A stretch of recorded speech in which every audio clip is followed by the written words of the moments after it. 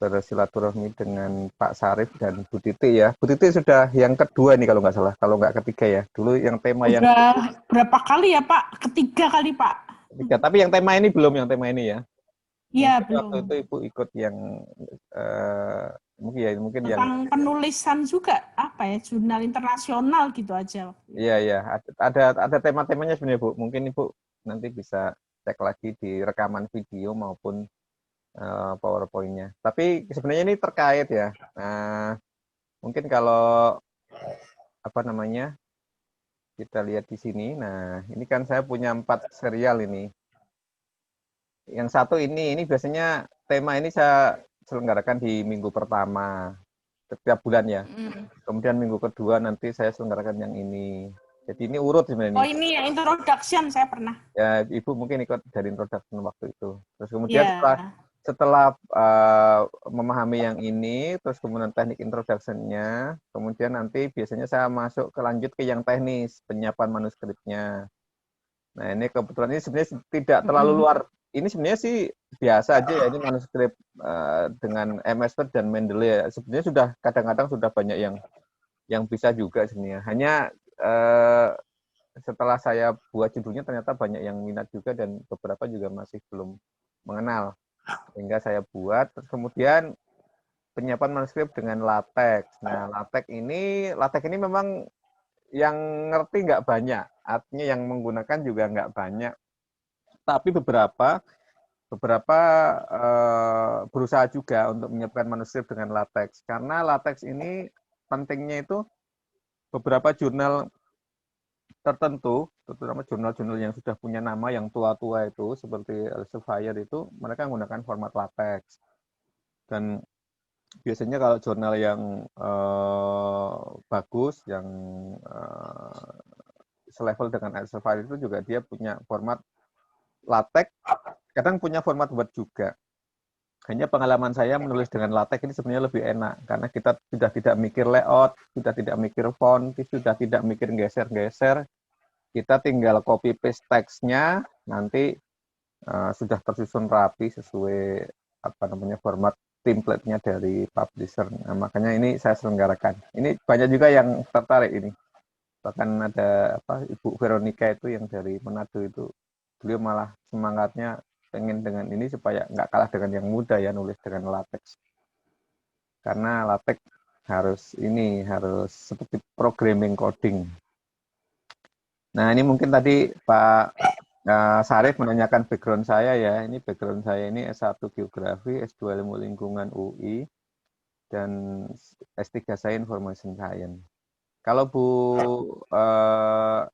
Titi, S1, S2-nya apa Bu? Mohon maaf. Saya S1-nya sastra Cina Pak, UI. Oh, Sastra Cina UI. Ya. Satu alma mater dengan saya ya. Terus tapi Ya. saya S2-nya. Terus S2-nya? S2-nya saya linguistik UI juga. di Undip. Oh, Undip. Oh, ya Ya. ya. Itu kira-kira masih linear lah ya. Linear Pak saya. Kalau kita dosen kalau nggak linear suka ditegur sama atasan Pak, nggak Iya, dikasih iya. Ya tadi sekolah. yang kita diskusikan itu ya. Jadi, Iya. Ibu nanti S3 berarti linguistik juga sekarang. Iya, sekarang linguistik. Ya ya. Kebetulan saya tuh sebenarnya ngajar juga, Bu. Hanya saya dosen tamu ya. Jadi dosen tamu mungkin tidak terlalu, lebih ke praktisi kan. Iya. Ini saya pulang nanti juga saya sudah ditawari ngajar di Bina Nusantara. Terus satu lagi mungkin saya akan ngajar Binus yang di mana Pak? Saya kan Uh, Pak, Ibu di Binus mana? di Binus Kemanggisan, Anggrek. Mungkin ya, bukan. Saya nanti di komputer science itu di mana, Bu? Di yang Sahdan ya? Atau di Alam Sutra? Oh, kalau kita di Jakarta, Binus ada beberapa Pak. Iya, iya. Kemanggisan itu Ya, ada di Anggrek, ada di Sahdan. yang Kalau yang awalnya ya, kan Sahdan ya? Awalnya Binus ya Sahdan. betul. Awalnya Sahdan. Gitu. Kalau sekarang Binus di Jakarta, cabangnya dia ada buka kampus di Alam Sutra sama Bekasi. Ya, kalau Alam Sutra saya tahu karena kebetulan dulu yang mengurus perizinannya saya dulu. Pada saat Oh gitu. pada saat mau mendirikan kampus ya. Dulu saya sering berurusan dengan manajemen BINUS. Hanya Iya. yang saya belum tahu itu kan jurusannya banyak. Nah, itu apakah di setiap cabang itu ada jurusan itu atau Enggak, ada Pak. spesifik? Misalnya komputer saya nanya yang Spesifik. desain gitu. Spesifik ya? Iya, spesifik kok. Saya sebenarnya pengen ngajar yang di Alam Sutra, Bu, karena dekat rumah saya. Maksudnya nggak terlalu ini gitu. Tapi jurusannya nggak Alam tahu. Sutra itu biasanya jurusannya internasional. Internasional Oh, apa gitu, ya. termasuk yang BINUS ASO itu ya, yang dengan Jepang juga ya, kerjasamanya ya. Iya, itu di Alam Sutra ya. Kalau BINUS ASO itu yang lama ya. Kampusnya lama itu ya. Ya ya, bukan yang tingkat tinggi itu bukan ya? Bukan, bukan. Yang Di sekitar situ ya. ya ya ya ya. Kebetulan saya ini memang apa? Belum terlalu ini BINUS itu isinya apa aja saya belum terlalu hafal. Jadi kemarin karena ditawari saya buat CV aja terus. Ya Iya, mungkin iya. nanti setelah pulang mungkin semester depan lah baru Udah mau mulai. selesai ya, Pak? Saya sebenarnya sudah selesai, tinggal nunggu wisuda aja. Oh, iya. Baik, lanjut ya. Ini Ya. riset sheet saya, mungkin Bu Titi sudah tahu karena sudah sering ikut ya. Ini kan ada di setiap slide saya. Nah, ini Bu Titi bisa, Pak Sarif juga nanti mohon silakan kalau memerlukan bisa cek di sini. Ini beberapa bisa di-download yang open access dari sini. Kalau link Scopus saya ini. Nah, Scopus saya sekarang berapa H-index saya? H-index saya 4. Jadi ada 13 dokumen kalau yang di Scopusnya itu atau berapa saya ini. Kalau di riset kit mungkin lebih banyak lagi. Nah, kembali ke sini, workshop ini serial, silahkan saja nanti kalau memang berminat bisa ikuti ini. Tapi urutannya seperti ini, kebetulan Bu Titi lompat-lompat ya, jadi mungkin Iya. dari sini terus nanti baru ke sini. Jadi sebenarnya workshop hari ini sebenarnya serial pertama dari workshop ini. Dari rangkaian workshop penulisan jurnal internasional yang saya selenggarakan. Nah, kini saya awali dengan slide ini, yaitu tentang jurnal Q1 terindeks Scopus, karena judulnya kebetulan saya arahkan ke Q1 ya. Kenapa Q1? Karena harapan saya kalau sudah tujuannya itu untuk menulis jurnal Q1, nanti Q di bawahnya itu mudah. Karena Q1 kan level tertinggi. Sehingga nanti pada saat saya mengajarkan terkait materi introduction itu memang saya tekankan untuk ke jurnal Q1-nya. Nah, pengertian jurnal Q1 Trindex Scopus mungkin Bu Titik dan Pak Sarif juga sudah sangat paham ya bahwa jurnal ini terkait dengan lembaga pengindeks Scopus yang sebenarnya di Scopus sendiri ada 4 kategori jurnal, yaitu Q1, Q itu kuartil maksudnya, Q1 yang tertinggi, kemudian disusul Q2, Q3, ya, dan yang terendah adalah Q4. Nah, yang membahagiakan adalah akhir-akhir ini semakin banyak jurnal di Indonesia yang masuk ke dalam indeks Scopus, bahkan beberapa sudah masuk Q1. Saya kira ini sebuah fenomena yang baik buat kita ya, sehingga kita bisa apply di jurnal tersebut. Hanya memang keterbatasannya kalau kita hanya ngincer yang jurnal Indonesia, nanti kan dia ada target ya, ada ini ya, misalnya satu volume itu hanya untuk 10 paper atau 15 paper. Ada juga jurnal yang setahun itu hanya menerbitkan 2 volume, hanya 2 isu. Sehingga mungkin hanya kesempatannya 20 paper atau 30 paper per tahun. Sehingga kalau mau masuk situ sepertinya antriannya panjang. Yang saya dengar cerita dari teman-teman lain juga antriannya panjang. Nah, saya sendiri selama ini belum pernah saya apply ke jurnal Scopus yang nasional, artinya yang di-manage oleh teman-teman di Indonesia. Saya lebih sering apply di jurnal IEEE dan MDPI, itu MDPI di Swiss, kalau IEEE kan di Amerika. Nah, enaknya di MDPI dan IEEE itu kita submit anytime ya. pokoknya ada paper submit. Nanti mereka yang ngatur sendiri publish-nya kapan. Tapi intinya publish-nya pun tidak terlalu lama, seperti pengalaman saya di IEEE dan MDPI, bahwa jika kita submit sekarang, nanti paling lama dalam waktu 6 minggu ke depan kita sudah akan dapat review pertama. Jadi setelah review pertama biasanya nanti akan, kalau respon kita cepat, nanti reviewnya akan lebih cepat lagi. Misalnya kita melakukan perbaikan paper kita, kemudian kita kirim lagi. Biasanya paling kita dikasih waktu 5 hari, 2 hari, 3 hari gitu. Biasanya pertama mungkin kita dikasih waktu seminggu. Habis itu kita dikasih waktu, kalau sudah makin ke sana itu artinya makin ini ya, mungkin makin sedikit yang harus dikoreksi karena kan kita sudah perbaiki seminggu. Nanti paling kita dikasih waktu 3 hari, 2 hari. Jadi kita harus kerja cepat. Kalau kita kerja cepat, maka dengan sendirinya paper kita juga akan cepat diproses dan harapannya cepat accepted, sehingga cepat publish juga. Pengalaman saya di jurnal IEEE waktu itu, karena saya beruntung begitu masuk pertama langsung accepted dalam waktu 6 minggu.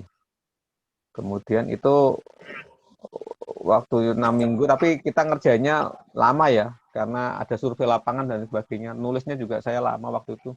Sempat sudah jadi tapi ragu, tidak berani submit, karena masih tidak percaya diri, karena itu pertama kali saya submit waktu itu. Kemudian setelah yang pertama tembus, jurnal berikutnya saya lebih rileks. Saya nggak terlalu ini. Jurnal berikutnya, yang kedua itu saya menembak jurnal Q2 di MDPI itu juga tidak terlalu lama, sekitar 2 bulanan. Dan karena saya sudah terbiasa dengan Q1, begitu nembak yang Q2, bebannya sudah tidak terlalu ini. Artinya saya bisa mengukur bahwa Q1 begini, berarti Q2 begini. Nah itu pemahaman itu penting buat kita, pengalaman itu, karena nanti masing-masing orang akan menemukan pengalamannya sendiri-sendiri. Tapi kira-kira gambarannya seperti itu. Nah, kemudian mengapa kita harus publish di jurnal Trindex Q1 atau Web of Science? Seperti saya sampaikan sebelumnya, bahwa karena jika target publikasi adalah di jurnal Q1 Trindex Scopus, maka akan mudah untuk melakukan publikasi di jurnal level di bawahnya. Itu sudah saya alami. Nah, kemudian yang kedua, jurnal Q1 Trindex Scopus sendiri biasanya impact faktornya tinggi. Jadi antara Scopus dengan Web of Science, mungkin Bu Titi dan Pak Sarif sudah tahu ya, bahwa Scopus itu sebenarnya tataran level indeksnya itu middle. Di atasnya masih ada lagi Web of Science. Nah, Web of Science sendiri menggunakan indikator bukan kuartil. Kalau Scopus kan kuartil 1, kuartil 2 gitu ya. Tapi kalau Web of Science menggunakan impact factor. Impact factor itu sebenarnya cara menghitungnya itu berapa citasi di area jurnal dengan tema kita itu dalam 1 tahun, kemudian paper kita itu disitasi oleh berapa, kemudian nanti dibagi. Itu nanti akan menjadi impact factor dari paper kita. Termasuk impact factor dari jurnalnya sendiri. Nanti misalnya jurnal yang dikeluarkan oleh Web of Science tentang tema linguistik misalnya. Nah, itu nanti dikaitkan dengan seluruh jurnal di seluruh dunia yang terkait linguistik yang terindeks di Web of Science, terutama itu berapa, nanti ketemu impact factornya. Nah, itu ngitungnya seperti itu. Jadi impact factor itu menandakan bahwa jurnal kita sudah diakses, tandanya citasi ya, jadi di site ya. Jadi indikatornya itu dari citasi. Nah, mungkin sedikit cerita masalah citasi. Citasi itu sendiri sebenarnya banyak kelemahan juga. Karena beberapa case jurnal yang rendah kualitasnya, itu kadang mereka citasinya itu tidak dikontrol, tidak direview ya. Artinya kadang-kadang citasi itu, dia mensitasi itu, kenapa menggunakan mensitasi sebuah paper, karena itu titipan penulis lain. Sehingga kadang hubungannya pun tidak ada, dipaksakan. Itu terjadi. Karena memang hak indeks itu kan dari citasi ini. Nah, sehingga, tetapi itu juga tidak ini ya, tidak akan langgeng begitu ya, karena nanti jurnal-jurnal yang terbukti melakukan sitasi yang tidak kredibel itu jurnalnya juga akan merosot. Mungkin Scopusnya lama-lama hilang juga kan.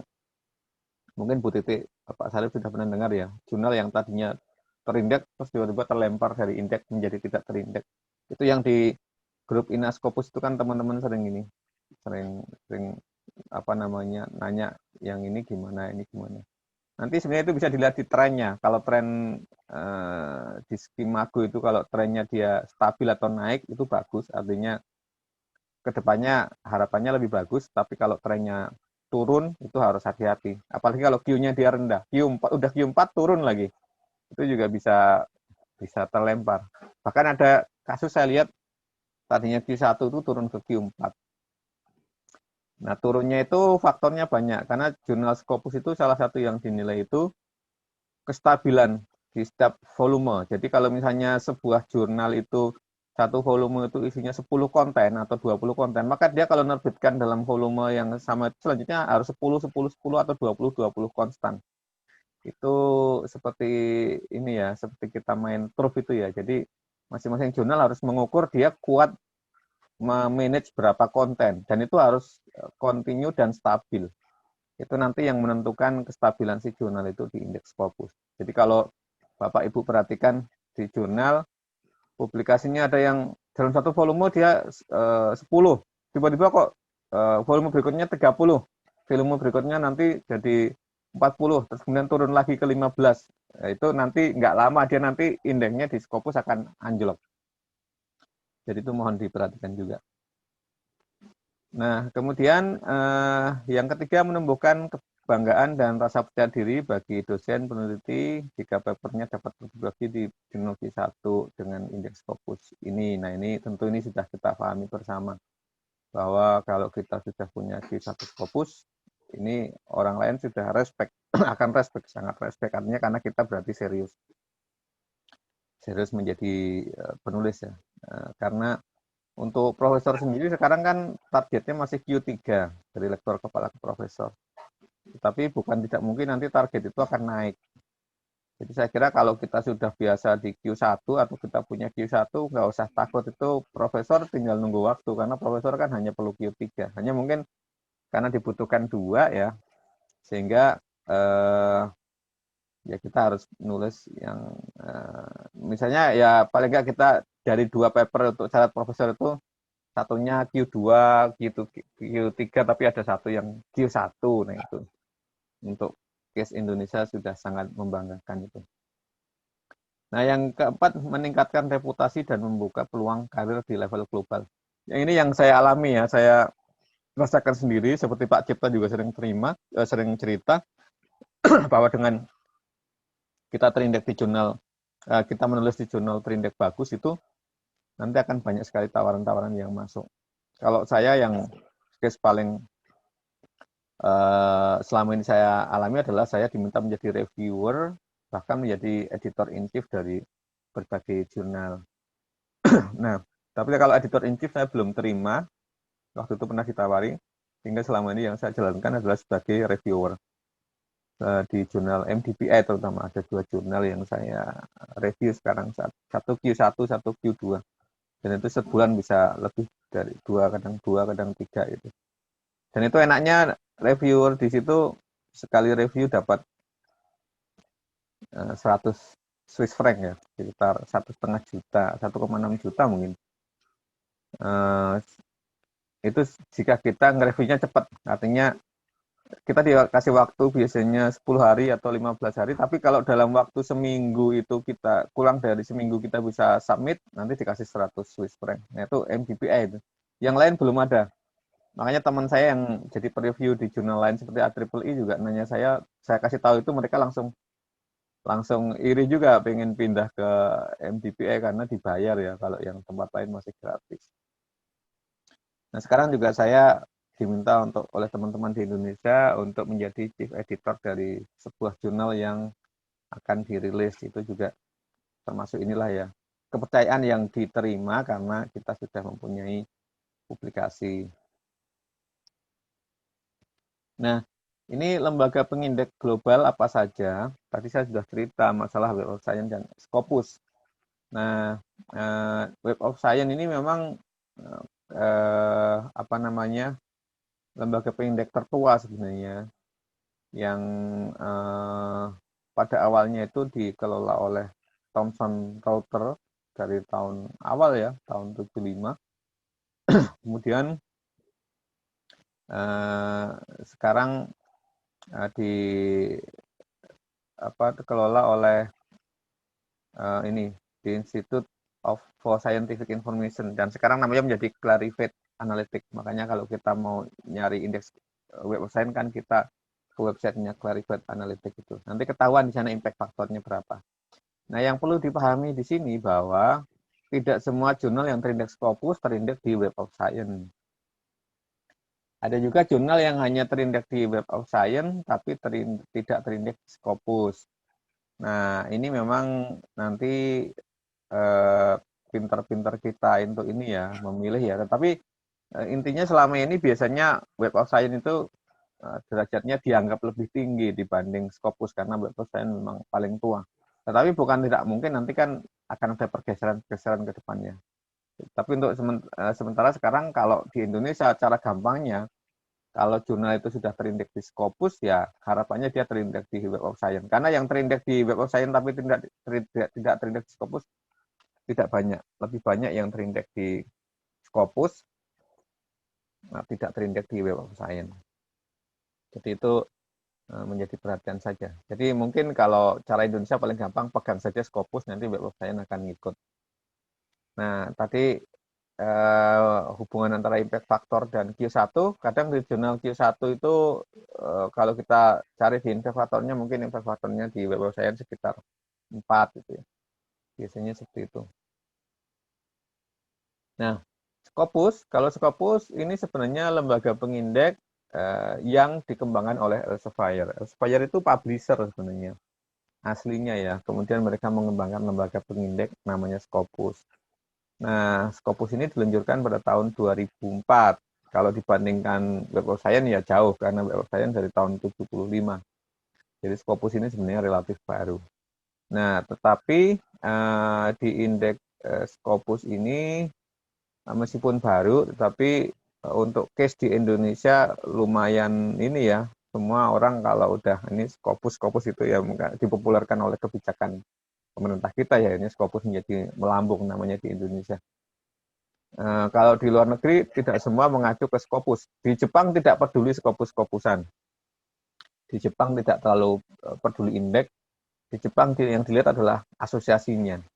Jadi jurnal ini dikelola oleh asosiasi mana, seberapa besar anggota asosiasinya, terus seberapa prestisius. Kalau asosiasinya bagus, maka dianggap jurnal itu bagus. Nah, di Pakistan beda lagi, mereka tidak pakai Q1, Q2, tapi mereka pakai sistem sendiri, ada Gold, kemudian Sapphire, gitu, model gitu. Dan mereka punya lembaga pengindeks sendiri juga, seperti kita.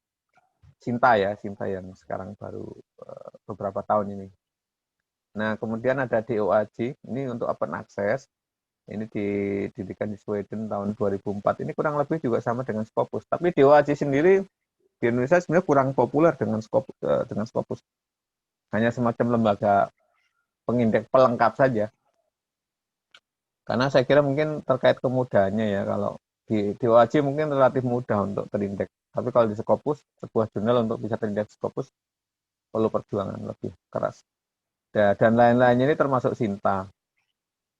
Sinta saya kira sekarang juga bisa menjadi rujukan kita. Karena apalagi jurnal terindeks Scopus pasti di Sintanya sudah Sinta 1 ya, atau Sinta 2 paling enggak. Nah, ini kalau kita mau mengecek sebuah jurnal terindeks Scopus atau tidak, ini adalah website rujukan kita satu-satunya. Ini adalah website pengindeks. Mungkin Bu Titik dan Pak Sarif sudah paham dengan ini. Nah, ini kalau kita ingin mengakses website ini, tinggal ketikkan ini alamatnya, kemudian nanti kita ketikkan kata kunci di sini, nanti akan muncul semua. Misalnya linguistik, nanti akan muncul semua jurnal yang terkait linguistik. Nanti tinggal kita cari saja, biasanya Skimago ini akan mengurutkan dari yang kuartilnya tinggi dulu, dari Q1 sampai ke Q4 di belakang. Jadi nanti database-nya akan banyak, tinggal di next saja seperti ini. Nanti makin ke belakang, Q-nya makin rendah. Biasanya seperti itu. Jadi yang di depan biasanya yang Q-nya tinggi-tinggi, Q1. Nah, itu cara untuk mengetahui jurnal Trindex Scopus. Jadi kalau Bapak Ibu sering menerima tawaran dari jurnal lain untuk call for paper, jangan buru-buru diterima, jangan buru-buru disetujui untuk submit di sana, tapi bisa dicek dulu jurnal itu apakah terindeks Scopus atau enggak. Caranya ketikkan aja di sini nama jurnalnya itu, di copy paste misalnya International Journal of apa gitu ya. Kopikan sini, nanti akan muncul. Kalau tidak ketemu di sini berarti belum terindeks Scopus. Artinya tidak, untuk syarat lulus S3 di Indonesia sekarang menjadi belum bisa, atau syarat menjadi profesor. Kalau profesor malah harus Scopus pun minimal Q3. Nah, ini contoh, ini jurnal Nature. Nature ini jurnal yang sangat tua ya, cukup tua. H-indeksnya cenderung 1096, ini H-indeks yang tinggi. Biasanya H-indeks yang tinggi itu jurnal-jurnal medis, kesehatan. Itu H-indeksnya tinggi-tinggi karena memang mungkin banyak yang mensitasi ya. Nah, ini Nature termasuk yang H-indeksnya tinggi juga. Ini dari tahun 99, dia terindeks Q1. Jadi dari awal reputasinya memang karena jurnal sudah tua ya, sehingga begitu Scopus lahir ya dia langsung masuk Q1. Sudah kredibilitasnya diakui. Nah, ini yang saya sampaikan sebagai tren citasi, tren Skimago ranknya ya. Ini mohon Bapak Ibu perhatikan, ini penting sekali nih. Jadi kalau jurnal itu citasinya bagus, naik seperti ini, berarti dia jurnal itu sedang naik daun. Trennya ini, tren Skimago rankingnya juga, jurnal rankingnya juga bagus seperti ini. Ini jurnal inilah perkembangannya, prospeknya bagus. Tapi hati-hati kalau nemu jurnal ini trennya itu turun ini, nanti takutnya lama-lama terlempar dari Scopus. Apalagi dia Q-nya rendah, misalnya Q4 itu. Ini juga dari total citasi. Nah, self citation sendiri kan sebenarnya sesuatu yang diharamkan jika sekedar self citasi. Tetapi menurut saya kalau citasi diri sendiri itu, kalau risetnya merupakan riset kelanjutan, tidak apa-apa kita mensitasi paper kita sendiri. Kita bisa jelaskan bahwa citasi paper ini adalah kelanjutan dari tulisan-tulisan saya sebelumnya, terdiri dari ABCD ya, mungkin kalau tulisan kita sudah banyak ya. Sehingga self citasi seperti itu tidak masalah menurut saya. Tapi kalau sekedar asal nyitasi, apalagi tidak ada hubungannya, itu yang bahaya. Dan saya waktu itu pernah kita bahas di grup ya, kalau Bu Titi Pak Sarif ngikutin, ada jurnal yang citasinya ngawur itu akhirnya lama-lama hilang kan dia dari Scopus. Dan itu kebanyakan penulisnya penulis Indonesia. Dan nyitasinya nyitasi ngawur. Artinya gini, tulisannya tentang temanya fisika yang disitasi paper seni rupa, yang sama sekali nggak ada hubungannya. Sehingga sangat mudah untuk mengenali bahwa citasi itu citasi yang tidak bertanggung jawab. Nah, akhirnya kan terbukti, jurnal-jurnal seperti itu terlempar juga dari Scopus akhirnya. Nah, itu jangan sampai kita publish di jurnal-jurnal seperti itu. Memang kalau pengen aman, sebaiknya itu kita publikasi itu di jurnal minimal Q2 lah. Kalau Q2 itu meskipun turun ya mungkin ke Q3, Q4. Tapi kalau kita di jurnal Q4, begitu turun ya hilang. Q3 begitu turun, kalau beruntung Q4, kalau nggak beruntung bisa hilang juga. Nah, ini adalah contoh ya, kalau kita ingin publish di jurnal Trindex Scopus, tentu kita harus membiasakan untuk menulis jurnal dengan menggunakan template. Nah, template ini seperti saya jelaskan tadi, biasanya untuk jurnal yang bagus, template-nya dia akan sediakan LaTeX, atau sekarang akhirnya beberapa jurnal itu kombinasi, dia sediakan LaTeX dan Word. Tetapi jurnal-jurnal yang nasional Indonesia itu kebanyakan memang menggunakan Word, jarang yang LaTeX. LaTeX ini biasanya untuk jurnal yang standar luar negeri. Tapi sebenarnya LaTeX ini lebih bagus dan memudahkan kita pada saat kita membuat layout. Nah, nanti saya lihatkan di sini. Ini kalau kita masuk ke Nature ya anggap nanti Bapak Ibu bisa nyoba sendiri, ini gampang ini. Login ke Nature, kemudian nanti download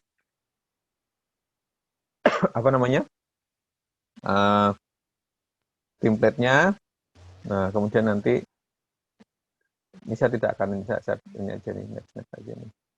Nah, di Nature sendiri kan nanti ada ini ya. Kita cari saja yang flow author gitu, kemudian nanti kita bisa download yang seperti ini. Di setiap jurnal itu cari saja yang seperti ini, yang flow author ini nanti di situ semua akan ada di situ dijelaskan termasuk template. Nanti ada di situ. Tinggal di download, nanti tinggal pilihannya template-nya mau Word atau LaTeX. Kalau saya sarankan kalau ada LaTeX mending LaTeX, tapi memang harus belajar LaTeX dulu ya.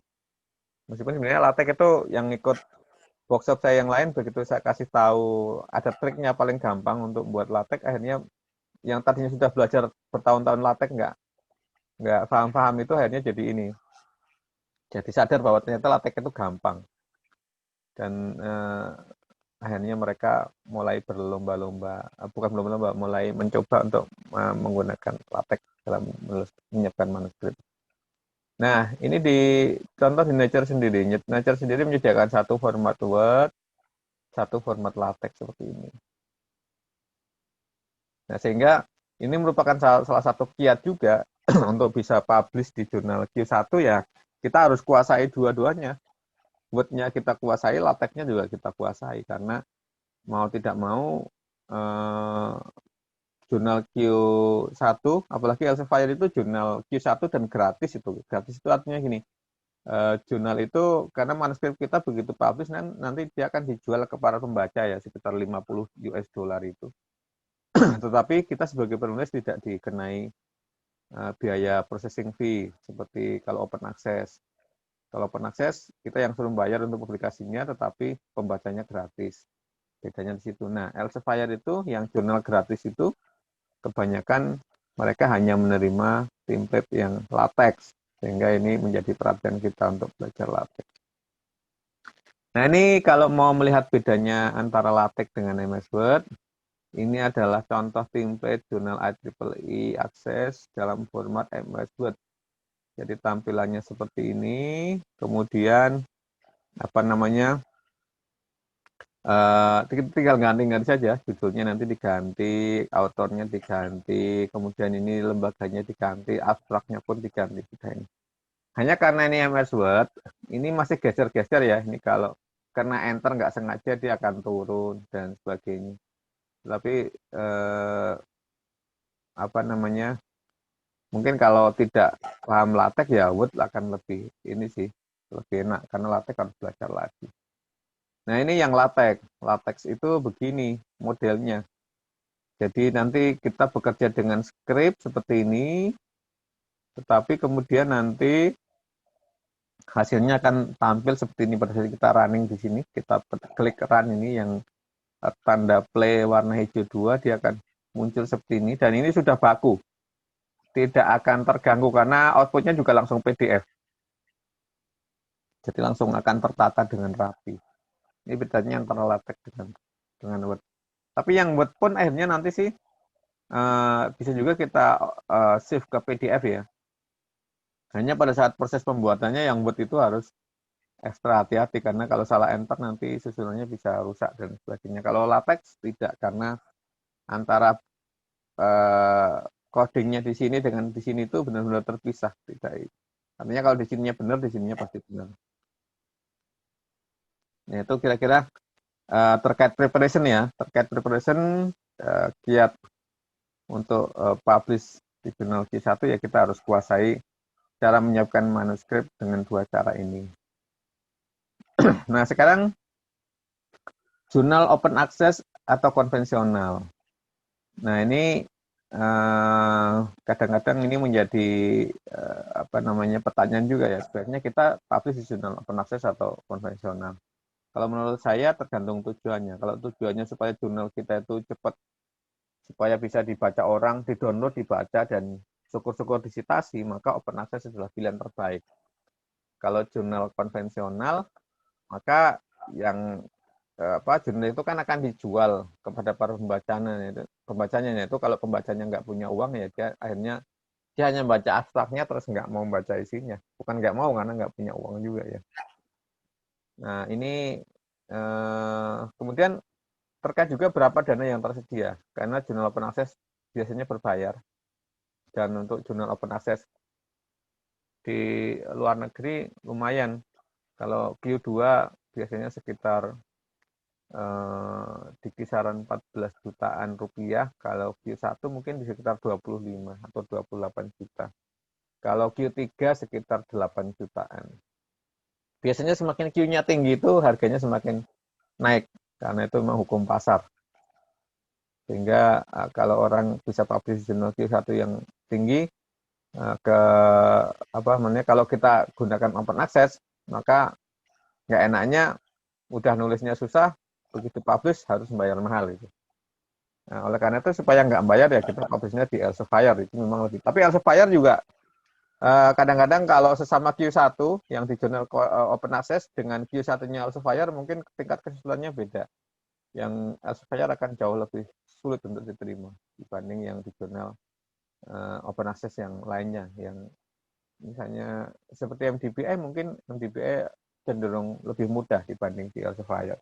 Itu juga ini kita harus mengenali ya karakter-karakter dari publisher tersebut. Nah ini kiat-kiat dasar menulis paper jurnal.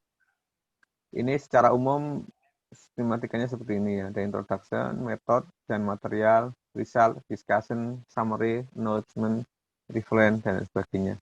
Nah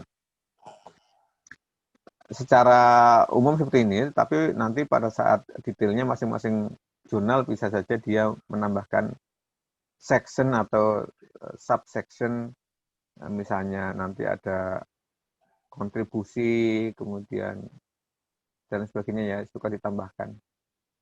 Ada yang sekarang jurnal itu biasanya mereka sudah tambahkan kontribusi itu masing-masing author dan co-author itu di sisi mana. Jadi kita tidak bisa invite banyak-banyak orang, tapi kalau kontribusinya tidak ada, karena kan akan susah menjelaskannya. Nah ini adalah 7 hal kunci. 7 hal kunci supaya paper kita accepted di jurnal Scopus Q1 atau impact factor tinggi. Ini berdasarkan pengalaman saya sendiri yang saya tuangkan ke dalam 7 kunci ini. Nanti versi yang lain banyak ceritanya ya. Yang lain juga mereka kadang beberapa pemateri yang lain yang mengajarkan tentang penulisan jurnal Q1 mereka membuat terminologi lain juga. Tapi kira-kira kurang lebihnya seperti ini kalau kita mau lihat. Nah, satu bahwa paper yang berpotensi besar tembus di jurnal Q1 dari Scopus biasanya adalah paper yang punya novelty atau kebaruan. Nah, semakin kuat kebaruannya, maka akan semakin mudah accepted. Novelty itu dapat berupa novelty pada tataran konsep atau metodenya. Nah, ini mungkin kalau di jurusan seni rupa seperti Pak Sarif, karena seni rupa itu kan terkait seni ya, mungkin akan barangkali mudah menciptakan novelty ini barangkali. Nah, kemudian dengan sendirinya paper yang baik harus didukung dengan riset yang baik. Karena publikasi sesungguhnya adalah bagian dari riset. Jadi memang sebuah paper yang baik harus didukung oleh riset yang baik. Tapi bukan berarti riset yang baik itu riset yang mahal ya. Apalagi kalau riset terkait sosial, mungkin sebenarnya kita bisa mendesain riset itu yang tidak terlalu mahal, tapi secara novelty, riset itu dapat kita buktikan bahwa novelty-nya kuat. Nah ini yang kedua, ini penting terkait introduction. Ini juga yang melatar belakangi kenapa saya akhirnya buat judul webinar khusus untuk penyiapan introduction. Jadi dengan sistematika jurnal yang sudah kita ketahui tadi, ini ada bagian namanya introduction. Yang ini menurut pengalaman saya dan ini dasar dari pendapat dari penulis yang lain dan para preview yang lain, bahwa introduction ini adalah bagian paling penting dari sebuah jurnal. Karena dari introduction ini, seorang preview jurnal akan melihat dengan jelas gambaran konsep yang dimiliki oleh seorang penulis, yang ada di kepala seorang penulis, dan ini indikasi itu dibaca melalui bagaimana penulis itu menuliskan introduction-nya. Nah, banyak penulis jurnal dan preview yang mengatakan bahwa jika bagian introduction ini sudah bagus, maka 60% jurnal itu akan accepted. Nah, ini akhirnya waktu pertama kali saya selenggarakan webinar ini, akhirnya setelahnya waktu itu disampaikan, Pak, untuk webinar selanjutnya ini Pak tentang cara menulis introduction. Nah, akhirnya itu yang saya buat materi selanjutnya. Nah, tentang introduction ini ada satu hal yang ingin saya share dari kacamata seorang reviewer. Kebetulan saya sudah sering mereview jurnal juga kan ya. Yang satu, bahwa di seorang reviewer biasanya dia akan melihat introduction ini pertama. Jadi pada saat mereka mereview sebuah paper, maka introduction itu akan dibaca betul oleh seorang review. Kemudian dia akan melihat bagaimana introduction itu disusun. Nah, dari introduction disusun itu, seorang preview kemudian akan melihat conclusion. Karena benang merahnya kan dari situ ya. Ujung awal dilihat sampai ujung akhir. Dengan ujung akhir. Jika itu sudah match, nanti seorang preview akan lari ke tengah. Dia melihat hasil. Setelah melihat hasil, dia akan melihat konklusi. Nah, itu juga nanti seorang preview jurnal yang biasanya itu, preview jurnal kan paling tidak ada 3 orang ya. Memang pada dasarnya nanti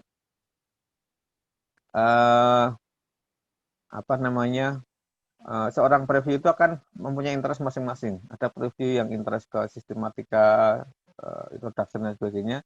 Ada yang concern ke materi. Nah, tetapi terkait introduction ini, jika introduction itu sudah mantap, itu artinya penulis itu sebenarnya memang risetnya kuat dan tidak ragu untuk menulis. Itu terbaca dengan jelas. Gimana seorang penulis itu dia terlihat yakin atau ragu. Nah, ini paper harus ditulis dengan runtut, dengan bahasa yang mudah dipahami dan efisien. Nah, ini terkait hal ini diperlukan proofreader. Jadi paper itu memerlukan proofreading. Kalau kita buat paper in English, karena bahasa Inggris itu bukan bahasa native kita, lain halnya kalau bidang background-nya bahasa Inggris ya mungkin sudah sangat paham dengan tata bahasa Inggris, jadi mungkin akan lebih ini. Tapi bagi yang bidangnya lain, itu bagaimanapun kita butuh seorang proofreader untuk memverifikasi kemudahan delivery dari ide-ide kita kepada para pembaca. Sehingga seorang proofreader itu tugasnya dia akan membaca paper kita, kemudian dia akan memberikan review tata bahasa, struktur kalimat, pilihan kosakata, sehingga dengan demikian diharapkan pembaca itu mudah memahami paper kita, selain secara grammar benarnya. Tetapi yang utama itu. Sehingga seorang proofreader yang profesional biasanya akan memberikan alternatif pilihan kosakata. Karena kadang-kadang masing-masing jurnal itu punya karakter khas pilihan kosakata. Jadi biasanya seorang proofreader yang profesional dia sudah akan paham itu. Nah, ini proofreader ini memang harganya variatif ya. Yang saya dengar di Indonesia sekitar 2,5 juta. Tapi di internasional juga kira-kira segitu sih memang proofreader itu. Sekitar 2,5 juta. Nah, kunci keempat, metode dan hasil riset yang ditulis di paper harus clear, menunjukkan validitas yang tinggi. Ini memang terkait dengan kualitas konten. Jadi kalau tadi saya bicara masalah sistematika, masalah bagaimana kita menguatkan introduction. Setelah introduction dan conclusion itu match, artinya lolos dari sisi kacamata seorang reviewer, sehingga dia menyatakan yakin bahwa, oh ini paper bagus ini, paling enggak dia sudah yakin 60% accepted. Nah ini adalah berikutnya, seorang reviewer akan melihat validasi, kualitas dari konten, sehingga validitas metode dan validitas akan menjadi penting. Tetapi jangan khawatir, meskipun riset kita itu pada saat uji tidak valid, asal metode yang kita jalankan prosesnya sudah benar dan kita bisa tunjukkan hal-hal yang positif sebagai kontribusi. Kadang-kadang sebuah paper yang kalau kita gunakan hitung-hitungan statistik ya, yang validitasnya rendah pun bisa jadi dia bisa accepted. Kalau si reviewer melihat bahwa ada hal lain yang bisa disumbangkan, dikontribusikan dari tulisan itu, terkait pengembangan metode dan sebagainya. Karena meskipun hasilnya tidak valid, tapi akan menjadi semacam catatan berharga bagi para penulis selanjutnya bahwa hal ini pernah dilakukan dan ternyata hasilnya kurang baik. Itu juga merupakan kontribusi lain ya yang bisa kita sumbangkan ke ilmu pengetahuan. Karena kontribusi riset itu tidak hanya disumbangkan ke ilmu ke masyarakat, tapi disumbangkan ke perkembangan ilmu pengetahuan itu sendiri. Oke, kelima, ini yang tidak kalah pentingnya adalah gambar dan grafik. Ini harus meyakinkan dengan resolusi yang cukup tinggi ya, yang secepat mungkin eye-catching, gambarnya itu bagus, kita siapkan dengan benar. Nah, oleh karena itu kadang kita perlu bantuan seorang ilustrator. Atau kalau kita hobi membuat ilustrasi, ya kita buat ilustrasinya sebagus mungkin dengan resolusi yang tinggi. Beberapa jurnal bahkan minta resolusinya itu minimal 600 karena dia berharap supaya tidak pecah nanti pada saat dicetak atau dirender ke PDF. Nah, ini saya sendiri kebetulan pada saat membuat jurnal ini saya gunakan juga software desain grafis seperti Corel Draw dan sebagainya, karena akan sangat membantu ya pada saat nanti kita memoles gambar-gambar di jurnal kita itu. Nah, yang keenam, benang merah alur berpikir harus inline dari awal sampai akhir, ini yang saya jelaskan tadi. Jadi ini menjadi penting. Jadi kalau misalnya di introduction gitu kita nyatakan bahwa novelty kita itu X, kontribusi kita itu X, maka nanti di conclusion juga harus mendukung itu supaya tidak menimbulkan tanda tanya dari seorang reviewer. Biasanya kalau di introduction-nya itu sudah penjelasan itunya ngambang, secara novelty juga ngambang, kemudian dari sisi kontribusi juga ngambang, nanti di conclusion-nya juga ngambang. Bahkan kadang bisa belok ke mana lagi gitu. Saya sering menemui itu, bahkan yang menulis para peneliti dari lembaga riset terkemuka di Amerika pun mereka mengalami itu. Mungkin karena itu yang apply itu para peneliti junior ya yang masih belajar. Jadi kadang-kadang itu terbaca. Dari benang merahnya juga tidak nyambung. Biasanya tidak benang merah tidak nyambung ya karena banyak keraguan di paper itu sebenarnya. Oke, kemudian ketujuh, semua referensi paper harus dapat dipertanggungjawabkan. Nah, ini penting artinya kalau bisa referensi kita itu semua yang terindeks Scopus kalau mau kita pakai buat sebagai referensi paper kita. Tetapi ya tentu tidak bisa semua, karena kalau referensi itu terkait regulasi atau terkait pengembangan budaya barangkali yang itu juga baru peristiwa yang terjadi beberapa bulan yang lalu, barangkali nanti kita bisa mensitasi juga news di sebuah media yang penting nanti tanggal aksesnya dan jam aksesnya kita cantumkan. Biasanya ya begitu. Tapi semaksimal mungkin kalau bisa yang ada DOI-nya minimal ada digital object identifier number, sehingga akan mudah ditelusuri oleh para pembaca berikutnya. Nah, tadi terkait yang sumber dari internet, penting untuk mencantumkan tanggal akses dan jam akses, karena bisa jadi website tersebut atau referensi tersebut pada saat nanti dibaca, paper kita dibaca oleh seorang pembaca setahun, 2 tahun, 3 tahun, 5 tahun ke depan, barangkali website itu sudah discontinue. Jadi supaya tidak ada tuduhan bahwa kita ngarang, plagiat, bukan plagiat, tapi ngarang, artinya mengada-ada. Referensi itu sebenarnya tidak ada. Oleh karena itu jam akses dan tanggal aksesnya harus kita tanggal akses dan jam aksesnya harus kita tampilkan. Itu sudah ada formatnya sih, di setiap jurnal sudah ada penjelasannya itu tentang bagaimana cara kita menulis referensi. Nah, dalam case jurnal Q1 dapat mungkin referensinya sekitar 40 referensi. Dengan kalau saya selama ini untuk Q1 biasanya jurnalnya itu sekitar 13 sampai 20 halaman, lembar A4. Kecuali letter ya, letter biasanya hanya perlu sekitar 4 lembar. Tapi itu sebenarnya tidak ini ya, artinya sebatas ya mungkin 12 lembar juga sudah bagus saya kira. Nah, ini contoh jurnal saya pertama yang saya cerita tadi. Sekali submit langsung accepted di Q1. Ini di IEEE Access. Bisa diakses di itu di riset kit saya ada ini, jadi download.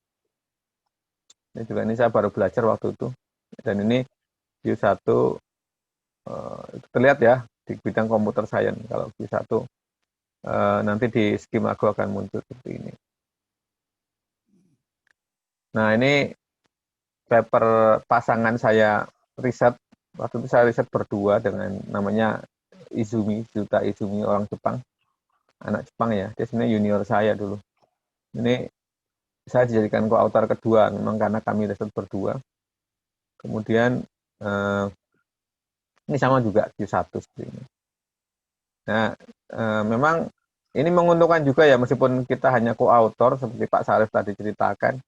Kalau co-author kita banyak di jurnal Q1, ini akan nambah hak indeks kita juga nanti di Scopusnya.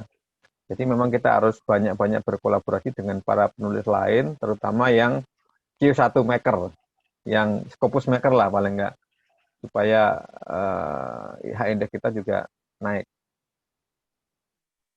Nah, ini konsultan penulisan yang saya selenggarakan ya mungkin sudah tahu semua. Jadi silakan saja kalau memang perlu bantuan yang lebih spesifik. Tapi kalau tidak melalui grup WA kita juga sudah, saya kira sudah banyak informasi di situ juga. Ini kalau booking jadwal konsultasi ya. Kemarin ada juga yang ini, yang akhirnya mengikuti program ini untuk konsultasi selama 2 jam. Baik, intinya di dalam kiat menulis jurnal Kyoto Scopus itu, di samping tadi latar belakang dan 7 kunci yang saya sampaikan, yang penting kita just do it, langsung lakukan saja dan harapannya kita akan sukses. Nah, itu kira-kira yang bisa saya share. Selanjutnya kalau ada pertanyaan kita lanjutkan dengan tanya jawab. Silakan.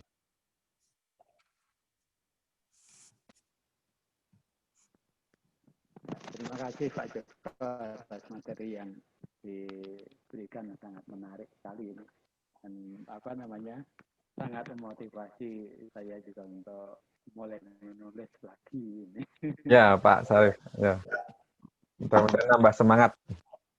Ya, mudah-mudahan ini bisa menjadi pelajur untuk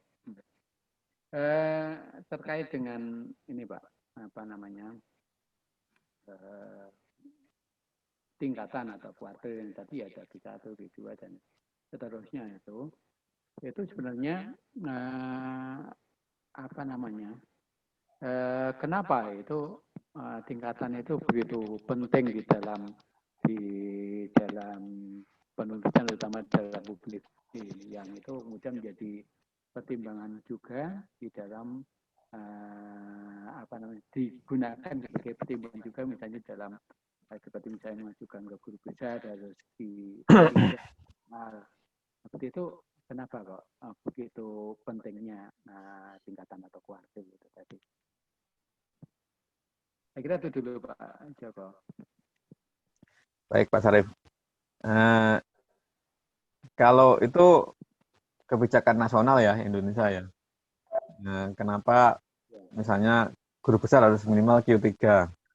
Tapi intinya begini, kalau menurut saya ya, semakin tinggi Q itu memang berkorelasi dengan kualitas. Jadi kalau jurnal itu sudah Q-nya tinggi, Apalagi Q1. Q1 itu kalau kita mereview jurnal Q1 itu novelty benar-benar kita kejar. Jadi kalau novelty-nya samar, tidak jelas, itu biasanya agak susah masuk. Beberapa penulis mungkin mencoba ini ya, misalnya saya kadang mereview tulisan Q1 itu karena dia tulisannya juga sudah detail banyak gitu. Memang secara novelty itu kurang.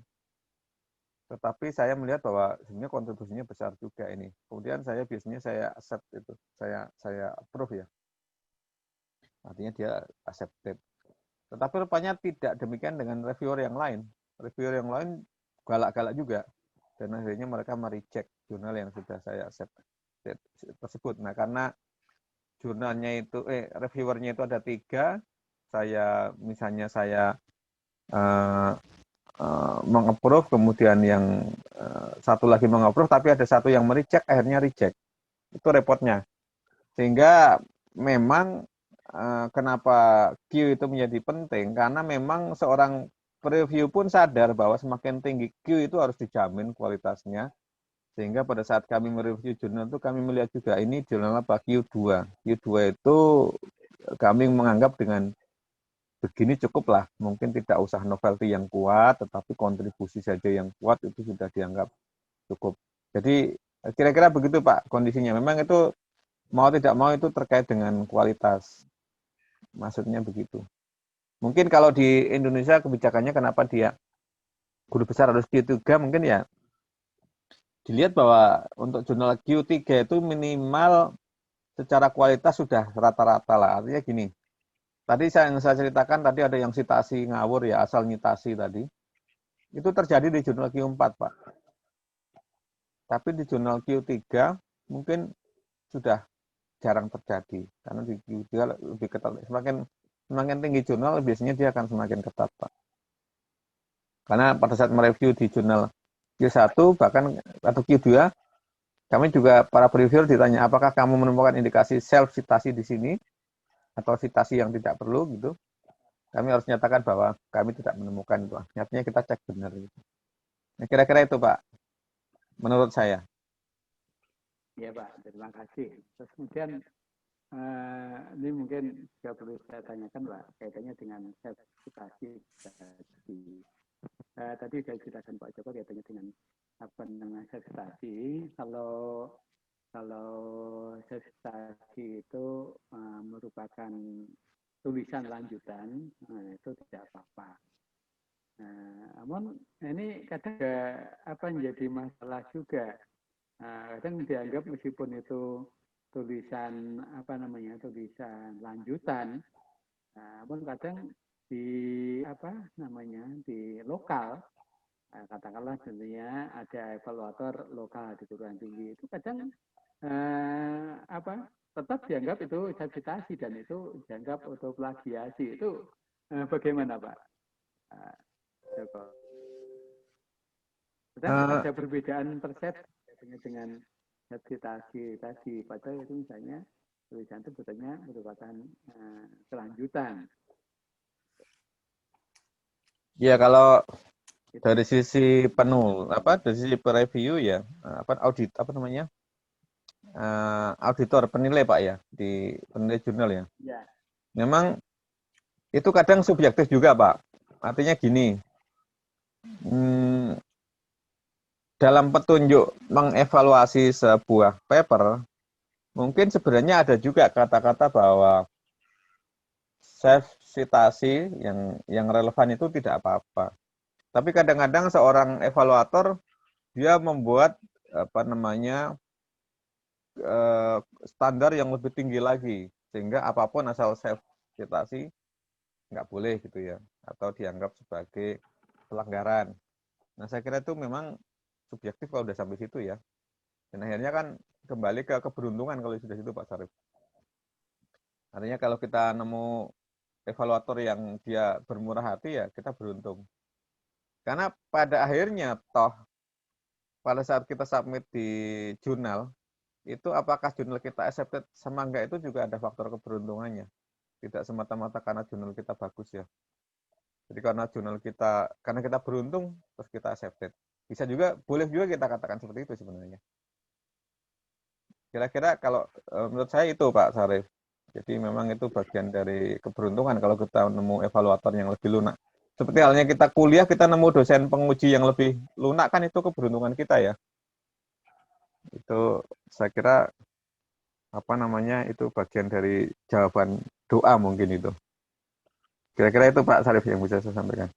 Ya, terima kasih Pak Joko. Kalau belum ada pertanyaan dari Bu Titi, mungkin saya bisa, kalau boleh melanjutkan lagi untuk bertanya lagi Pak Joko. Silakan, nggak apa-apa. Satu kali lagi, setelah itu nanti ke Bu Titi. Coba barangkali Bu Titi ada pertanyaan. Ini terkait dengan apa namanya linearitas tadi juga, kita itu kan memang perlu ya untuk bisa semakin meningkatkan wawasan, terutama dalam topik-topik tertentu. Itu misalnya seperti saya, itu banyak tulisan-tulisan saya tentang iluminasi, perhiasan yang naskah. Itu khususnya terkait dengan ragam hias.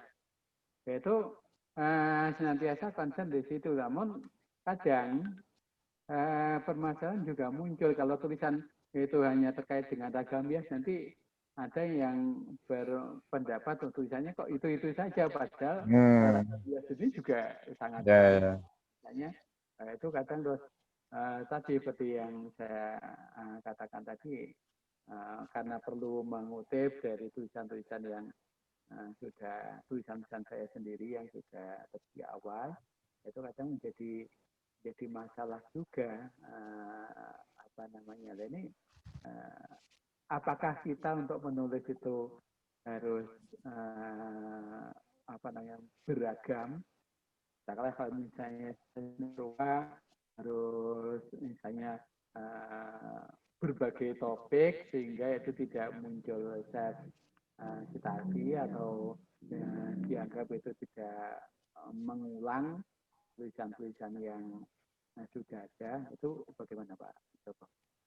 Ini karena ini menurut saya sangat penting ini agar nanti tidak apa namanya munculkan itu tadi apa namanya citasi atau autoplagiasi tadi. Saya kira itu Pak Joko. Terima kasih. Baik Pak Sarif. Kalau menurut saya memang idealnya itu kita ini ya, idealnya itu sebagai peneliti kita konsisten dengan bidang kita fokus. Hanya mungkin perlu dilihat fokus kita itu mau di level berapa gitu kan, karena bidang ilmu itu kalau ditarik kan bisa saja kan kita mau fokus benar-benar di level yang paling rendah, artinya detail ya. Kedetilan itu kita ingin lebih fokus ke yang sangat spesifik. Tetapi ada juga yang fokusnya itu fokus tapi dia ditarik lagi sedikit ke atas supaya lebih fleksibel. Nah, saya kira sebatas kita masih concern di apa yang namanya ya, kalau misalnya di fungsional dosen barangkali kan ada semacam juknis jabatan fungsional ya, bahwa seorang peneliti seni rupa itu dia cakupan areanya cakupan ini gitu. Sejauh kita masih mengikuti itu harusnya tidak ada masalah. Misalnya saya karena seorang S1 saya geografi, kemudian S2 saya lingkungan, S3 saya information science. Mungkin saya harus mencari tema bidang fungsional yang bisa mencakup ketiga jurusan saya itu. Sehingga itu yang akan menjadi trademark saya ke depan pada saat menulis ya kisarannya antara kalau nggak itu dan itu gitu.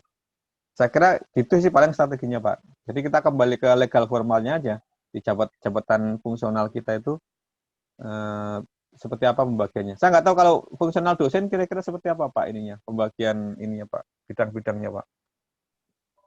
Kalau di peneliti sudah clear itu bahwa bidang ini itu cakupannya ini gitu.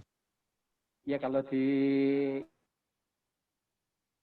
ada emang pengkhususan ya bidang ilmu yang di ataupun bidang itu harus ada track recordnya juga, nanti itu menjadi pertimbangan juga untuk ke guru besar, sehingga nanti ke guru besar itu ada satu bidang ilmu yang itu memang ditekuni keahliannya. Namun kadang itu tadi, katakanlah saya sejarah. Nah, sejarah ini bergelut dengan sejarah seni rupa misalnya. Ya. Bidang keahlian saya sejarah ya nanti harus sejarah agar itu bisa nanti digunakan sebagai apa namanya syarat untuk mengusulkan ke guru besar. Penelitian saya, tulisan-tulisan saya sebaiknya juga terkait dengan sejarah, khususnya sejarah seni rupa. Itu Pak. Nah, coba ada pemfokusan. Tapi kan sejarah sendiri luas kan sebenarnya Pak ya. Artinya Bapak bisa bermain di banyak itu tuh sebenarnya. Misalnya bidangnya sejarah. Sejarah itu kan bisa sangat luas sebenarnya. Ya, kalau sejarah sangat luas. Jadi apa namanya? Seperti misalnya dalam seni rupa sendiri kan banyak bentuk karya seni. Tentunya bisa saja sejarah itu sangat dengan apa namanya topik-topik yang berbeda itu bisa. Ya harus lingkupnya sejarah, tetap dalam lingkup sejarah tetapi. Namun itu tadi kadang misalnya saya hanya menekuni pada misalnya sejarah rupa Islam misalnya ya. Saya bisa untuk agar lebih jalan di dalam sejarah Islam itu saya memang kadang memfokuskan ke situ lah. Ini yang kadang menjadi kendala dalam ini apa namanya tulisan-tulisan itu kadang dianggap sebagai untuk plagiasi itu tadi dianggap topik-topik yang sama hampir sama itu yang kan. Oh, maksudnya Bapak ini bukan sitasi tapi dianggap tulisan Bapak itu mirip-mirip gitu ya? Ya, dianggap mirip-mirip misalnya katakanlah di dalam artikel 1 saya membahas tentang iluminasi pada misalnya atau ragam bias yang ada pada naskah-naskah Islam Jawa misalnya. Kemudian di tulisan yang lain saya masih membahas ragam bias, namun topiknya sebenarnya berbeda. Awal tadi misalnya pada bentuknya, kedua pada maknanya, ketiga misalnya pada perubahannya, itu masih kadang dianggap itu hampir sama. Itu yang jadi kendala itu Pak. Oh ya saya paham itu karena ini ya itu memang sama enggaknya kan nggak ada ini ya itu subjektivitas penuh ini sih evaluator. Karena sebenarnya kalau misalnya kita dianggap plagiarisme, sekarang plagiarisme sendiri kan kalau mau pakai tools kan clear kan? Ya, jadi cek pakai apa misalnya ya, Turnitin, Identicate kan ketahuan plagiarisme kita misalnya similaritasnya hanya 15% kan sudah nggak plagiat sebenarnya. Ya, bahkan kalau kita nulis selama ini kita nulis konferen, kemudian kemudian dijadikan paper, itu kalau plagiarisme kita nggak tinggi, artinya gini, sebenarnya datanya mungkin sama Pak, hanya kita sajikan dengan cara berbeda. Itu kan nggak ada masalah sebenarnya sih. Tapi nggak tahu ya kalau udah sampai evaluator memang itu subjektivitas akhirnya ya. Kebetulan itu subjektivitas ya. kadang hanya melihat judul ya hampir sama padahal itu kajiannya sudah berbeda penjelasan data-data memang ada bisa sama namun kan fokus kajiannya kan berbeda sehingga tulisannya pun juga berbeda. Ini yang kadang menjadi kekhawatiran kalau misalnya saya mau menulis untuk apa namanya jurnal-jurnal yang terindeks fokus. Namun ada juga yang menjelaskan yang penting kalau dicek itu Turnitin itu tidak lebih dari 15% nggak masalah. Itu yang jadi masalah saya Pak Joko itu terutama dalam ya. Mungkin saya nggak tahu kalau misalnya kita menulis sejarah kira-kira skupnya sama tapi daerahnya beda gitu nanti dianggap ini nggak oleh seorang evaluator. Kalau dari sisi Scopus itu malah nggak dianggap ini ya, kalau kita riset dengan metode baru tapi daerahnya beda-beda itu dianggap tidak ada novelty karena itu kan hanya ngulang-ngulang aja kan. Tetapi kalau dari sisi evaluator gimana Pak? Evaluator Indonesia Pak selama ini berdasarkan pengalaman. Ya, Misalnya Bapak kalau saya pengalaman di lokal itu di lembaga itu kadang begitu, jadi begitu apa namanya judulnya hampir sama, itu sudah kadang wah ini mengulang yang sudah ada lah itu loh yang kadang menjadi kendala di dalam apa namanya menulis itu yang sebenarnya mau fokus untuk menemukan novelty di dalam apa namanya masalah yang sebetulnya berbeda meskipun kajiannya hampir sama, namun ada novelty atau kebaruan-kebaruan di dalam tulisan itu kadang nggak dilihat seperti itu Pak. ya itu tadi ya masalah ini ya karena memang saya juga dengar sih itu apa namanya kadang-kadang apa namanya subjektivitas evaluator itu apalagi kalau di situ ada unsur ini ya politis dalam tanda petik ya misalnya ada faktor personal yang sehingga evaluator kita itu menghambat kita itu ada juga saya sering dengar cerita begitu tetapi kalau di peneliti di fungsional penelitian fungsional peneliti sekarang saya dengar cerita dari kemudian teman saya evaluator juga di sebuah lembaga nasional dia bilang sekarang udah ada petunjuk ininya. Jadi misalnya sebuah paper kemudian dia terindeks Q1 atau Q2. Itu nanti nilainya sudah ada, Pak. Dan itu sistem penilaiannya sudah ngeling ke Web of Science, ke Scopus.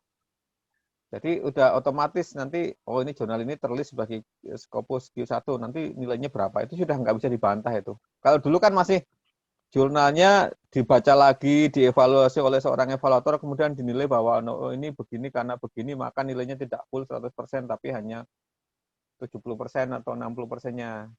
Nah, itu mungkin saya nggak tahu, fungsional dosen barangkali belum ada ini begitu, sistemnya begitu. Kalau fungsional peneliti sekarang sudah clear, modelnya model yang eksak, kuantitatif ya, artinya itu jurnal terindeks apa? Q1 ya sudah, nilainya segini, sudah begitu sekarang Pak. Ya, saya kira itu dulu Pak. Nanti apa namanya sambil mencermati juga seperti itu nanti karena ini saya kasus yang ada di lingkungan saya itu seperti itu. Ya, case di tempat Bapak ya. Artinya. Dan saya kira itu banyak yang lain juga sih, saya kira. Kurang lebihnya begitu memang. Terima kasih Pak Joko. Ya, sama-sama Pak Sarif. Bu Titi, silakan kalau ada pertanyaan, Bu. Saya untuk Scopus masih baru Pak, jadi masih baru-baru belajar. Jadi kadang mau tanya apa gitu. Cuman yang saya dapat info dari teman-teman itu kan katanya kalau jurnal Scopus itu bayarnya cukup mahal ya Pak. Itu katanya kalau mau yang supaya segera bisa dipublish tuh sebaiknya pilih yang bayar. Kalau misalnya yang gratisan itu open access tapi yang nggak berbayar itu cuman lama. Bisa jedanya itu kita nunggu bisa antara setahun, 2 tahun, apa begitu Pak? Apa namanya, sebenarnya itu fenomena itu muncul semenjak ada jurnal open access kan ya Bu. Jadi open access sebenarnya sama-sama berbayar sebenarnya dua jurnal itu, seperti yang saya ceritakan sebelumnya. Jadi jurnal yang open access itu dia sebenarnya berbayar, yang bayar penulisnya. Nah yang konvensionalnya pun sebenarnya berbayar, hanya yang membayar itu pembacanya, sama-sama berbayar. Nah memang Bu, fakta saat ini memang fakta sebelumnya mohon maaf. Itu jurnal yang open access itu berlomba-lomba untuk makin cepat makin baik. Misalnya jurnal IEEE awalnya mereka mengeluarkan jurnal IEEE Access itu juga itu open access pertama kalau tidak salah. Itu mereka janji dengan dalam 4 sampai 6 minggu sudah ada respon pertama ya. Karena yang dulu-dulu, jurnal yang dulu-dulu kan kadang kita submit baru 8 bulan dikabari gitu. Nah, tetapi perkembangannya sekarang untungnya begitu jurnal open access itu dia mengandalkan kecepatan itu sebagai sesuatu kelebihan yang dijual sehingga orang akhirnya tertarik untuk publish dengan cara open access meskipun berbayar. Itu sekarang jurnal yang konvensional pun berlomba-lomba untuk mereka bisa memberikan review yang cepat, Bu. Jadi sekarang trennya begitu. Jadi jadi kalau dikaitkan dengan kecepatan sekarang itu jurnal yang tidak berbayar pun artinya gini, yang jurnal yang konvensional yang membayar itu yang pembaca itu pun juga mereka berlomba untuk cepat-cepatan sekarang. Karena kalau mereka tidak bisa merubah kebiasaan review lama itu, nanti lambat laun jurnal itu juga akan mati ditinggalkan para penulisnya. Itu yang terjadi. Jadi sebenarnya tidak perlu khawatir. Tren ke sini semua jurnal berusaha untuk review secepat-cepatnya, terutama untuk untuk first decision ya. Artinya kan jurnal itu kan kadang-kadang yang lama itu kan decision pertamanya itu Bu untuk dapat review pertama. Setelah itu biasanya jurnal itu kalau sudah review yang kedua ketiga itu dia akan lebih cepat lagi. Nah, sekarang jurnal yang konvensionalnya pun mereka juga berusaha untuk decision pertama itu cepat. Bahkan ada yang lebih cepat dari jurnal open access. Itu terkait waktu ya. Kemudian 2 terkait berbayar. Memang logikanya berbayar itu karena yang open access ya, yang penulisnya harus bayar. Itu kenapa kita harus bayar karena jurnalnya itu hanya hidup dari pembayaran yang dilakukan oleh penulis. Oleh karena itu kadang beberapa jurnal menerapkan pembayaran yang mahal. Meskipun kalau kita melihat di Indonesia kan sekarang hampir semua jurnal yang terindeks Scopus di Indonesia itu jurnal open access. Itu lebih murah, Bu, yang di Indonesia. Artinya sama mahal-mahalnya mereka juga, saya lihat itu kalau Q3 itu di Indonesia itu dijual $300 lah kira-kira. Harga processing fee-nya ya. Nah, kalau sudah Q1 itu saya kemarin lihat jurnalnya UI itu, International Journal of Technology itu, karena Q1 kemudian mereka naik ke $500, 540 kalau nggak salah. Itu harganya masih seperempatnya dibanding jurnal luar negeri.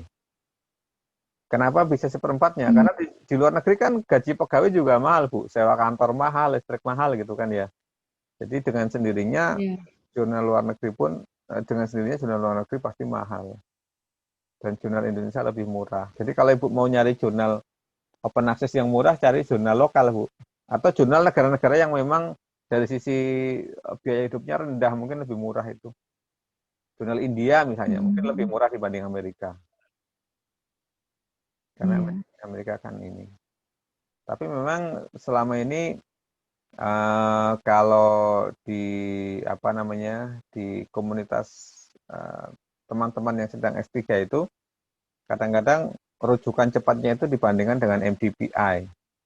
MDPA.com ya, MDPI itu dianggap cepat dan responsif. Itu juga bisa saya pahami setelah saya bergabung menjadi reviewernya MDPI, karena mereka reviewernya juga dipacu untuk cepat dengan cara tadi. Kalau kita review kurang dari seminggu, misalnya 5 hari, 3-4 hari sudah bisa ngirim review, sama dia dikasih bonus 100 Swiss franc. Kalau nanti sudah lebih dari itu nggak dapat bonus. Jadi itu yang ini. Jadi di manajemen jurnalnya juga mereka emang ini Bu, ada mekanisme yang membuat jurnal itu cepat. Itu jurnal yang tadi Bapak bilang itu apa? MPPI itu dia jurnal tentang apa Pak lingkupnya? Dia ada, Ibu bisa baca di itu loh Bu, di website saya yang ISW2, Edu itu Bu, kan sudah saya jelaskan di situ. Saya mungkin saya ini Bu, sebentar saya tunjukkan nih. Ibu bisa ini, itu bisa teriak itu.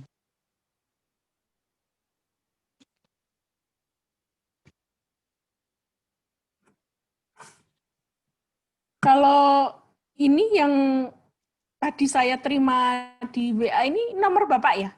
Yang Ya itu Trias Edu ini ya? ya nomor Jepang itu. Nomor Oh, Jepang, Bu. Nanti kalau Indonesia mungkin nanti kalau berubah pun saya akan ini di website ada nanti akan ini.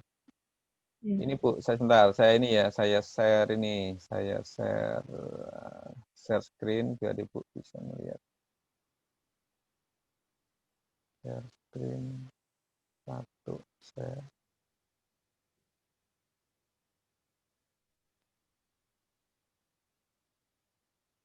Nah, saya akan tunjukkan website saya. Nah ini website kita itu Bu, kalau nggak salah Ibu kan sudah member di sini ya.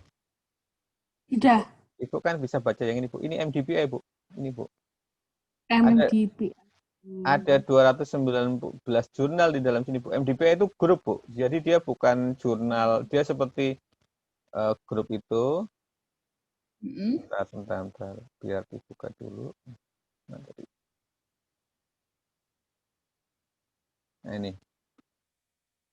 Di tulisan ini kan saya jelaskan ini. Dia ada 219 jurnal ya.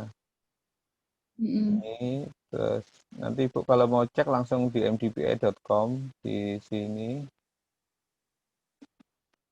Nanti Ibu bisa tahu ini ada 219 jurnal. Apa aja ada Bu? Hanya Ibu nanti perlu cek. Kadang-kadang ada yang belum terindeks Scopus karena masih baru tahap awal, baru berdiri belum lama. Tapi nanti lama-lama dia akan ini Bu. Jadi dia di sebelah kiri Bu bisa cek ini. Ini semua jurnalnya di sini Bu. Bentar saya klik ya. Nyari yang tentang bahasa Ini, Pak, linguistik. ada Bu, tentang bahasa ada. Pas, di sini lengkap ini dari A sampai Z ini. Nah ini Bu, cari ini. Ini masing-masing begitu diklik ini jurnal berbeda ya Bu, bukan jurnal yang sama ya. Tetapi semua masih dalam lingkup MDPI. Ini memang sudah, ini jurnal tercepat saat ini menurut saya. Ini solusi buat orang yang S3. Saya satu jurnal saya juga di sini. Jurnal kedua saya di sini. Linguistik itu masuk di mana ya? Humanities Pak. Humanities ada ini kan, humanities kan. Coba di L mungkin ada Bu, HIJKL.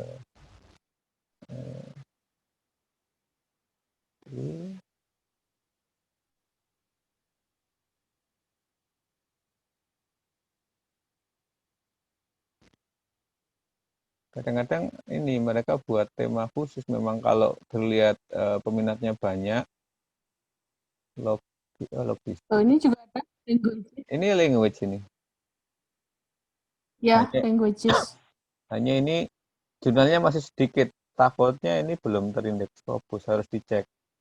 Jadi nanti Ibu cek di sini, terus masuk ke skimagocr.com, cek dia ada belum. Tapi ini banyak yang, biasanya gini Bu, di MDPI yang besar-besar gini, yang ini, yang Ibu bisa lihat ini. Jumlah papernya sudah banyak, ini dia terindeks Scopus, sudah malah Q1. Tapi kalau yang masih sedikit-sedikit, misalnya ini ya, ini kan baru 216 ini mungkin masih berjuang ini. Artinya gini, kita coba cari ini di Scopusnya. Begitu ini ya, kita klik aja, copy aja ini, terus kita masuk SkimaGo.jr. SkimaGo.jr nanti kita cari dia ada belum. Kalau udah, artinya dia terindeks. Kita paste ya, language.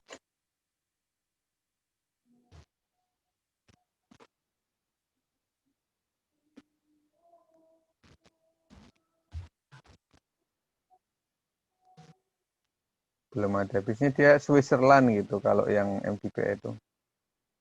Atau language, language MDPI. MDPI. Belum ada, Bu. Ini belum terindeks yang tadi. Jadi harus cari memang ya language ya. Selain ini gimana ini?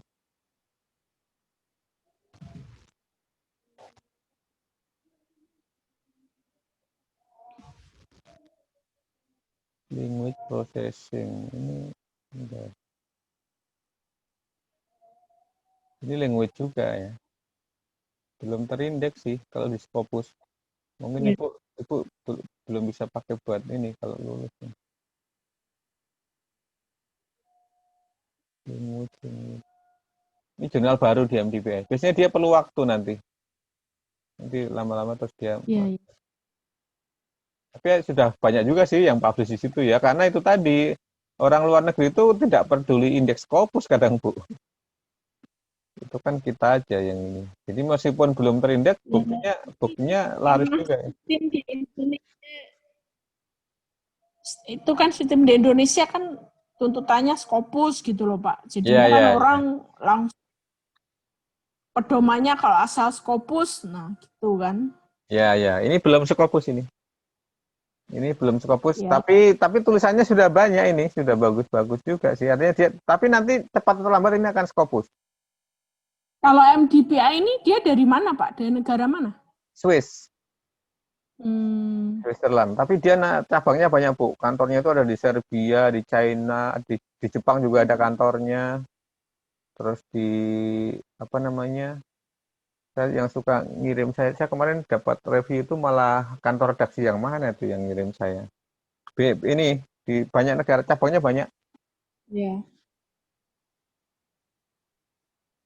Linguistik. Tapi kalau Ibu mau nyari yang language yang memang terkait ini ya Ibu cari di sini memang di Skimago ini. Bahkan Ibu kan tadi saya sampaikan ya, kan kalau Ibu submit jurnal yang Q1 ya meskipun berat ya. Itu kan kadang-kadang malah gratis, Bu.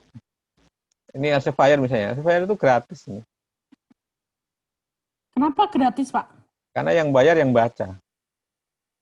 Oh. Yang baca itu harus bayar $50 sekali download. Sehingga penulisnya digratiskan. Ini gratis nih, Bu. Biasanya ini Elsevier nggak bayar.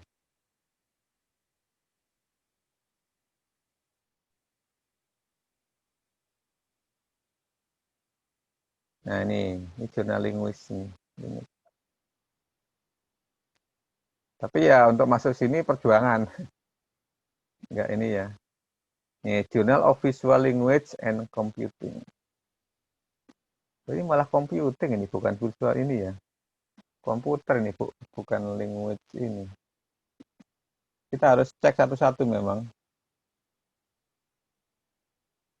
Visual Language and Computing. Ini computer language ya.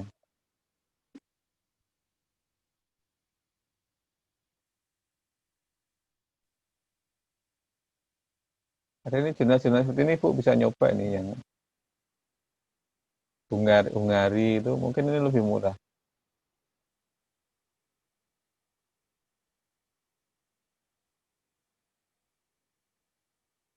Ya, iya Pak. Nanti saya Ya, Ibu cek di sini nanti. Memang ya, ini Q1. Benar-benar takes time banget gitu. Ya, memang cara paling gampang ngikutin teman. Teman pada publish kemana, accepted, kita ngikut. Itu juga, itu bisa jadi cara juga itu. Karena Ibu kalau dokter kan nggak harus Q3 kan, asal Scopus kan? Ada ditentuin, Pak. Gitu. Tapi kan nggak harus nggak harus asal Scopus. Nggak harus Q1, tapi Scopus harus? Iya, Scopus, Pak. Ya artinya Q4 boleh kan? Boleh. Q3, Q4. Ya, mungkin Ibu cari di Q3 aja lah ya. Q3. Kemarin ada beberapa jurnal Indonesia, Bu. Saya Mungkin Ibu bisa cari nanti jurnal Indonesia Scopus itu sekarang ada sekitar 35-an jurnal. Termasuk kemarin saya baru nemu ada juga Journal of Science Technology Pak ya. Jadi itu saya nggak tahu bahasa bisa masuk nggak, itu jurnalnya teman-teman itu Bu. Universitas apa namanya UPI Bandung. Itu ada yang ini Bu, Ya. ada malah ada yang Q1 itu di situ. Lumayan rajin itu UPI Bandung.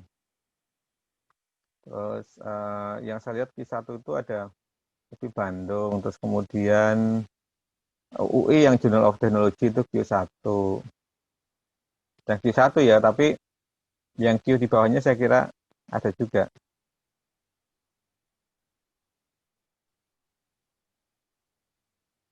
Ya, oke Pak, udah cukup.